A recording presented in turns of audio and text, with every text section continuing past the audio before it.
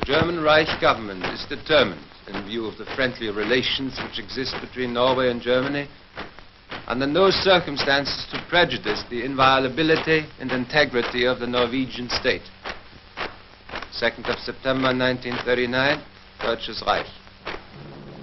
But on 9 April 1940, German troops invaded Norway.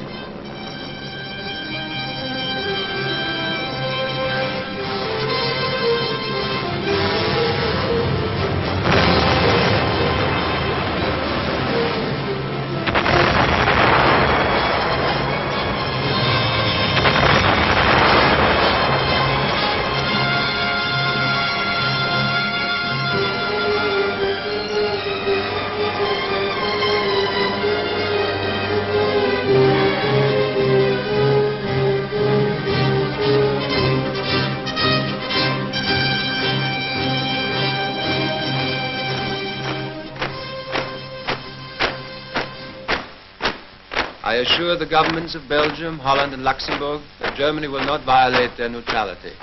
6th of October, 1939, Adolf Hitler. But on May 10th, 1940, German troops invaded Belgium, Holland, and Luxembourg.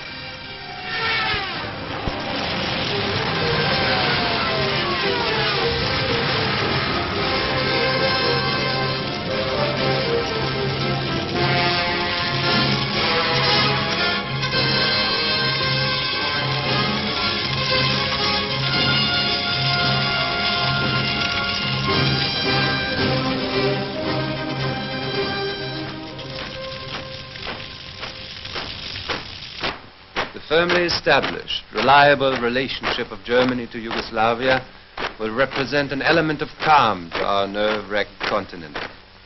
This peace is the goal of all who are disposed to perform really constructive work. 1st of June, 1939, Adolf Hitler. But on 6 April 1941, German troops invaded Yugoslavia.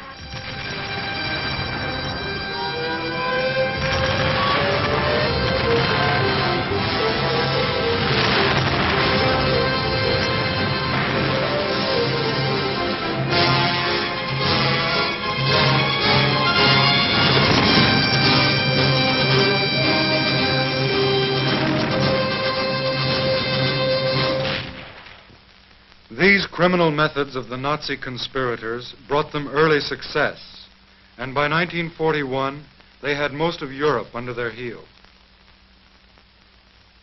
Now an evil ambition for power and more power drove them on. But two of the world's mightiest nations, the United States and Soviet Russia, remained to block the Nazi drive for world supremacy. They had to be dealt with firmly, immediately. And now Germany asked for cooperation from her full partner in aggression to the east and from her junior partner to the south. In Berlin, they drew up the Axis Pact, the blueprint of the new order, and parceled out the continents of the world for Axis domination.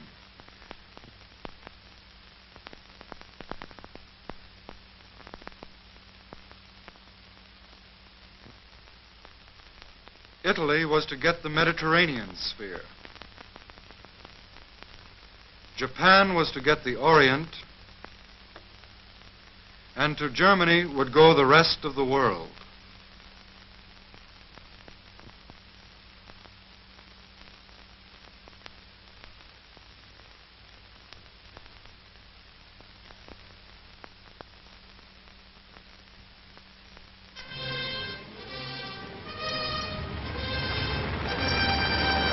In June 1941, in violation of their non-aggression pact, the Nazis sent the Wehrmacht deep into Soviet territory, according to military plans long made. As usual, there was no declaration of war. Hitler had said, "Today Germany, tomorrow the world," and this was tomorrow.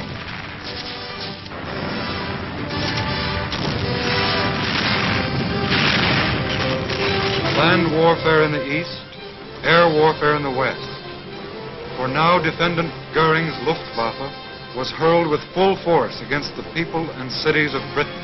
Hitler, after all, had told the Reichstag, "I will blot out their cities."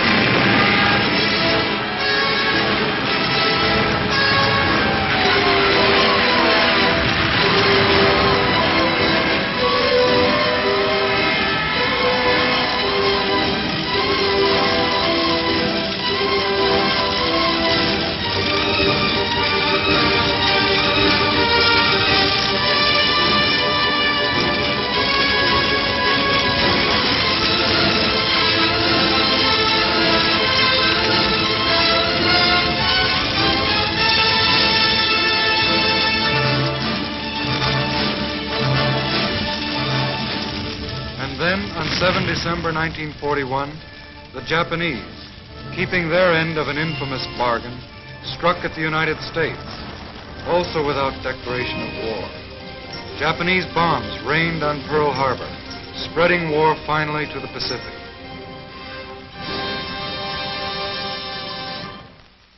The new order was on the march. World War II flamed around the globe.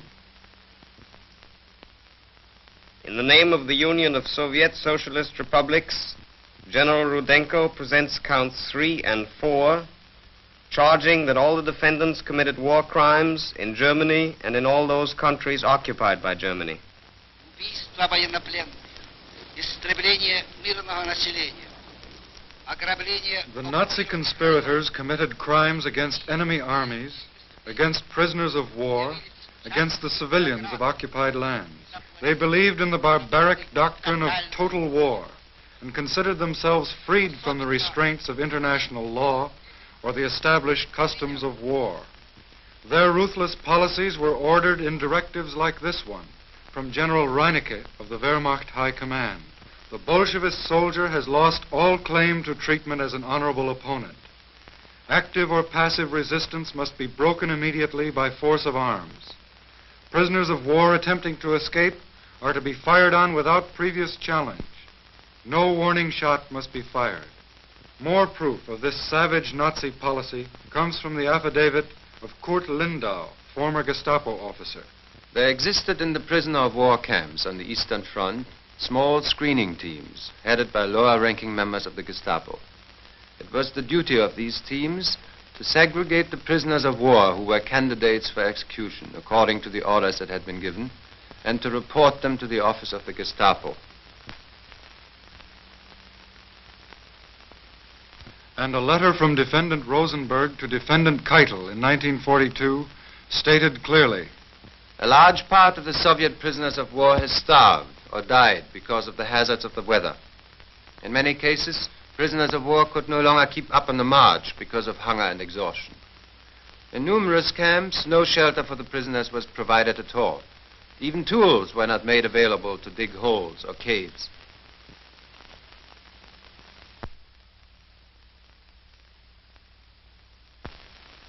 Yet, when some objected that this treatment violated the Geneva Convention, Defendant Keitel answered with this memorandum. We are concerned with the destruction of an ideology. Therefore, I approve and back the measures.